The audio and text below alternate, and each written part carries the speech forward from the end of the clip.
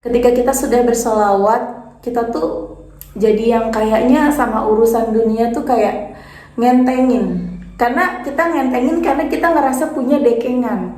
Kita ngerasa ada yang ngelindungin kita, ada yang ngebelain kita, ada yang selalu ngejagain kita. Itu tuh kalau kita baca salawat. Bismillahirrahmanirrahim. Alhamdulillahirabbil alamin. Allahumma sholli ala sayyidina Muhammad wa ala ali sayyidina Muhammad.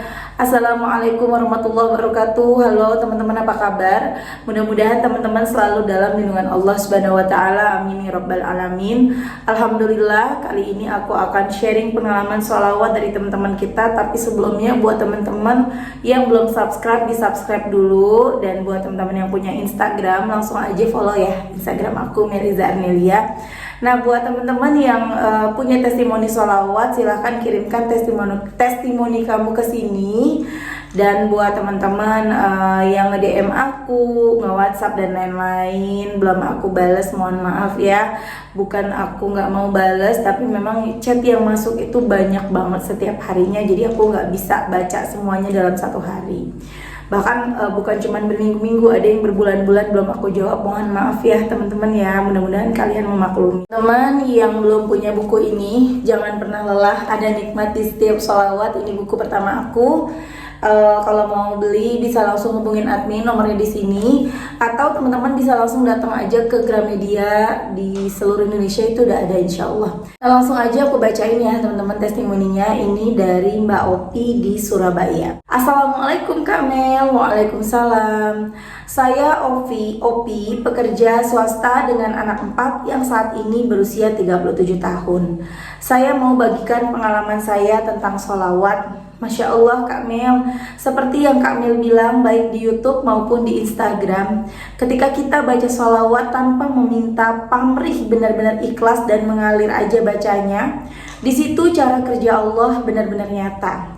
Saya memang seorang wanita karir yang berpenghasilan pasti setiap bulannya dibandingkan dengan suami saya yang penghasilannya tidak menentu. Sejak saya menikah selama 17 tahun, saya merasa bahwa semua kebutuhan rumah tangga, baik anak, sekolah, apapun, saya yang handle. Intinya suami tahu beres. Sampai pada akhirnya saya terkena musibah, terlilit hutang kartu kredit yang lumayan banyak, kurang lebih hampir 200 juta. Kejadian ini membawa dampak buruk di rumah tangga saya. Mulai cekcok, pokoknya udah mulai tidak nyaman. Saya mulai mencari kesenangan di luar, kenyamanan di luar yang membuat saya hanya bahagia sesaat. Keuangan saya begitu sulit rasanya, hampir saja saya menyerah Kak Mel. Saya lupa bahwa Allah menegur saya dengan memberi ujian. Saya lupa bahwa Allah rindu saya datang dengan merengek-rengek. Saya mengandalkan kemampuan saya bahwa saya bisa. Saya mampu mengatasi semuanya. Justru di situ Allah menegur saya, hebat. Hutang saya tambah banyak, tidak berkurang malah bertambah. Tutup lubang, gali lubang lah Kak Mel. Sampai suatu ketika saya buka YouTube, yang muncul saat itu langsung channel Kak Mel tentang sholawat. Dalam pikiran saya saat itu, saya mau istiqomah baca sholawat sebisa saya. Pokoknya saya harus baca. Mulailah saya cari bacaan sholawat Jibril, Munjiat, Tibil Qulub di YouTube, karena kebetulan saya ini mu'alaf sejak umur 19 tahun Kak Mel. Jadi tentang bacaan Quran saya nggak bisa. Saya belajar lewat lagu-lagu sholawat, saya dengarkan setiap hari sampai saya hafal. Dan mulai saya niatkan dalam hati saya, Allah pasti menolong saya dan mencukupkan semua yang saya butuhkan. Waktu itu uang saya hanya tersisa 5.000, sedangkan beras saya habis. Saya berkata dalam hati, besok saya makannya gimana ya Allah, mau utang kemana ini? Ya kalau ada yang ngutangin, kalau enggak saya harus gimana ya Allah? Saya serahkan semuanya sama Allah Kak Mel. Besok paginya teman saya WA, coba cek ATM Mandiri, ada cair dari BPJS bantuan. Setelah saya cek, alhamdulillah bener ada dana masuk 1 juta. Masya Allah, saya diberi lebih sama Allah, jauh dari apa yang saya butuhkan. Bahwa hari ini pun kejadian ini membuat saya sampai nggak bisa berkata apa-apa. Allah benar-benar membuat saya takjub setakjub-takjubnya. Rezeki itu mengalir tiba-tiba datang dari mana aja. Belum saya minta, Allah sudah sediakan. Serahkan segala urusanmu kepada Allah. Percayalah akan setiap keajaiban sholawat. Baca aja tanpa meminta pamrih dari hasil bahagia, dari hasilnya bahagiakan orang tuamu. Walaupun saya masih punya utang dan harus membiayai keempat anak saya, dan salah satunya juga ada yang di pondok, saya percaya dengan sholawat akan membuat beban saya terasa ringan. Jauh berbeda dari saya sebelum mengenal sholawat. Apa yang terjadi besok biarlah terjadi dengan takdirnya. Yang terpenting apa yang kita lakukan hari ini harus lebih baik dari hari kemarin. Dengan sholawat banyak keajaiban dan rizki yang membuat kita benar-benar sampai nggak bisa berkata apa-apa. Hanya air mata yang keluar dikarenakan rasa syukur yang sangat dalam. Yang ada hanya kok bisa ya. Apa yang tidak pernah kita anggap nggak mungkin sama Allah itu selalu mungkin. Banyak sekali keajaiban yang saya alami Kak Mel, kalau ditulis bisa jadi buku. Terima kasih Kak Mel untuk motivasinya. Semoga Allah melancarkan segala urusan Kak Mel dan diberi kesehatan dunia akhirat. Amin. Pas butuh, pas ada, nikmati keajaiban sholawat dalam hidupmu. Masya Allah ya teman-teman, itu tadi testimoni dari Mbak Opi.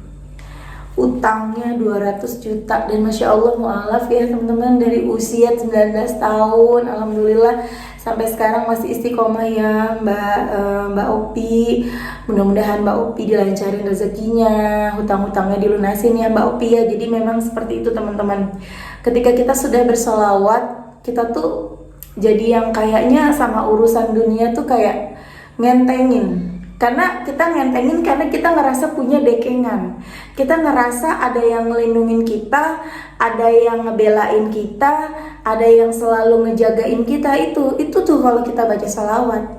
Dan seperti yang Mbak Opi bilang tadi, kita jangan pamrih.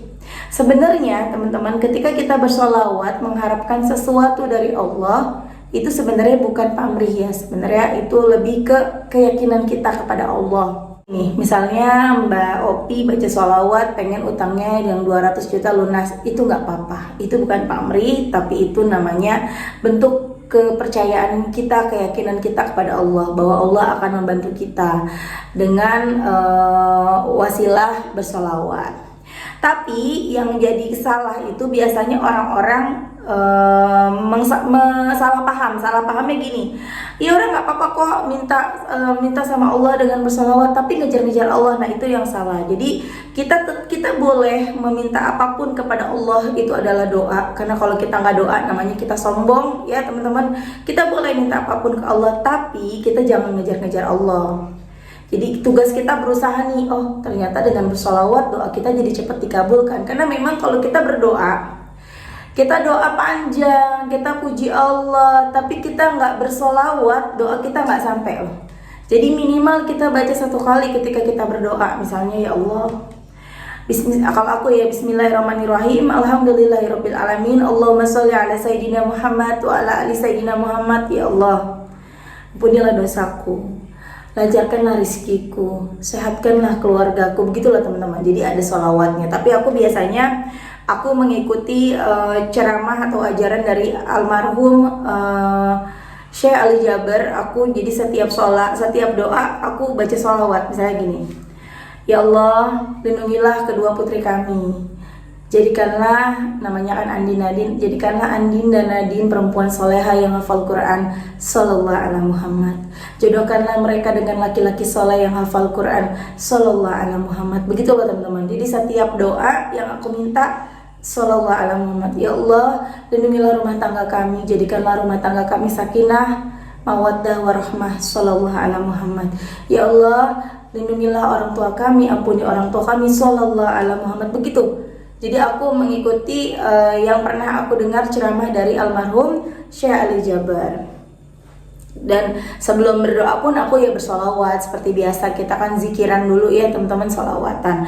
Jadi kalau kita nggak solawat dulu, doa kita tuh nggak sampai teman-teman, tertolak. Makanya kita mesti baca solawat dulu, meskipun cuma 1 kali bacanya ya. Kemudian teman-teman itu nggak apa-apa, tapi kita jangan ngejar mana nih aku udah sholawatan kok Allah nggak ngabulin doa aku. Mbak, aku udah 1 bulan loh sholawatan kok nggak ada tanda-tanda Allah ngabulin. Nah itu yang salah, itu yang salah tuh yang begitu. Semakin kita nunggu semakin jauh dari pertolongan Allah. Makanya yang dimaksud sama Mbak Opi jangan pamrih itu ya ini tadi, jangan ngejar Allah, jangan ngejar-ngejar, malu gitu loh. Ada yang komen ya, kok gitu sih, Allah kan baik, masa kita harus mantesin diri? Oh iya dong, kita mantesin diri, Allah memang baik, tapi kita juga tahu-tahu diri gitu loh ya kan. Ada yang komen, cuman aku kalau komen-komen negatif yang kebaca sama aku, daripada aku pusing balesnya, mendingan aku skip aja ya teman-teman. Jadi kalau misalnya sama Allah, Allah memang baik banget, tapi ya kita harus tahu diri.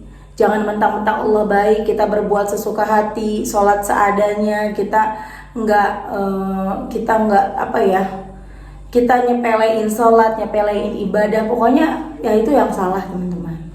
Ya pokoknya dahsyat banget teman-teman, ayo sholawatan. Meskipun sholawatnya hanya sholawat yang pendek, sholawat Jibril, sallallahu ala Muhammad, sallallahu ala Muhammad, sallallahu ala Muhammad, sallallahu ala Muhammad, sallallahu ala Muhammad, sallallahu ala Muhammad. Teman-teman, walaupun kita baca salawatnya sambil masak, sambil nyapu, sambil nyuci piring. Kalau nyuci piring nggak mungkin pegang tasbih ya.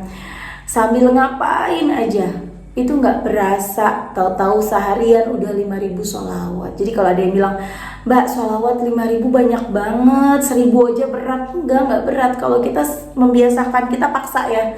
Paksa dulu, paksa ibadah tuh harus dipaksa. Kalau kita nggak paksa nggak bisa. Setelah kita paksa, maka kita akan menjadi terbiasa. Itu tuh cara untuk bisa istiqomah sholawat, paksa. Terus baca sholawat, sallallahu ala Muhammad, sallallahu ala Muhammad. Adem nih, utang masih banyak, hati adem. Masalah belum kelar tapi hati adem. Buat makan besok gak ada, hati adem. Kita tuh yakin, gampang besok mah ada Allah. Allah pasti kasih makan, Allah pasti nolongin.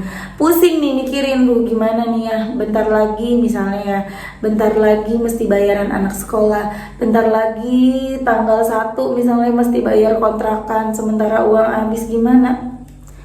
Ambil tasbihnya, baca sholawat, Allah pasti bantu kita. Pasti teman-teman, pasti. Meskipun waktunya udah sebentar lagi nih, ini udah malam, besok udah harus bayar, pasti Allah bantu. Bangun sholat malam teman-teman, sholat. Mau ditolong Allah kan, doa kita makbul loh di sepertiga malam, bangun malam. Kalau aku biasanya bangunnya 3:30, karena kalau aku bangun jam 2, 2:30 itu ngantuk berat, sholatnya gak khusyuk. Dan kalaupun aku udah sholat, aku pengen tidur lagi, ujung-ujungnya aku subuh kesiangan, berabe tuh. Makanya aku lebih baik aku bangun 3:30, aku pasang alarm, minta bangunin sama Allah, minta bangunin jam 3:30, jam 3:30 bangun, sholat yang cuma sebentar ya. Aku juga sholat gak lama-lama, paling 2 rakaat aja. Habis itu aku baca istighfar, kemudian aku baca sholawat, kemudian aku doa sambil nunggu subuh, baca sholawat. Udah gitu teman-teman. Sedikit, cuma 2 rakaat istiqomah itu lebih baik daripada kita sholatnya lama, sholatnya banyak gitu ya. Maksud sholatnya banyak, rakaatnya, baca Qurannya banyak, sholawatannya banyak, tapi hilang-hilangan, bolong-bolong gitu. Jadi ayo teman-teman baca sholawat, jangan males ya. Sholawat apa? Bebas. Sallallahu ala Muhammad yang ringan juga gak apa-apa. Kalau kita berat baca salawat-salawat yang lain yang panjang itu aja. Aku juga sallallahu ala Muhammad, sallallahu. Tapi berasa loh teman-teman, rezeki tuh kayaknya ada aja, ngalir aja. Meskipun misalnya gini nih, aku punya doa, aku pengen banget punya 500 juta teman-teman. Karena aku pengen banget nambahin renovasi rumah aku. Doain ya teman-teman ya, insya Allah minggu ini atau minggu depan ya, kayaknya sih minggu ini. Mulai besok lah ya, rumah yang di Bekasi itu mau direnovasi. Tapi uang kita tentunya kurang teman-teman. Jadi aku pengen banget bisa nambahin lagi sekitar 200 juta buat ibu bapak mertua aku untuk nambahin renovasi rumah. Kemudian aku pengen banget nanti 150-nya buat furniture-nya, 150-nya lagi aku mau beli mobil gitu kan. pas 500 juta. Tapi aku minta lagi tambahin, ya Allah tambahin jadi 600, 100-nya buat umrohin orang tua dan umrohin mertua, seperti itu. Itu keinginan aku. Tapi kan ya kita sadar diri ya, berdoa terus, sholawat terus. Jadi ketika aku mendapatkan rizki, misalnya nih aku dapat rizki 100.000, ya alhamdulillah, itu adalah rizki dari Allah. Terima, syukuri. Jangan kita mikirnya karena aku fokus ke 600 juta misalnya, mana nih 600 juta, udah sholawatan tiap hari 600 juta kok nggak datang-datang. Nah itu yang salah. Jadi ketika kita ada rezeki 100.000, 200.000, 500.000, atau ada yang ngasih makanan, ada yang ngasih apalah gitu tetangga, itu adalah rezeki dari Allah. Terima, syukuri. Dengan kita bersyukur akan bertambah. Oke teman-teman, terima kasih udah nonton. Mudah-mudahan bermanfaat dan jadi motivasi buat teman-teman. Kita doakan sama-sama buat Mbak Opi, semoga hutangnya yang 200 juta dilunaskan sama Allah ya. Amin ya rabbal alamin. Assalamualaikum warahmatullahi wabarakatuh.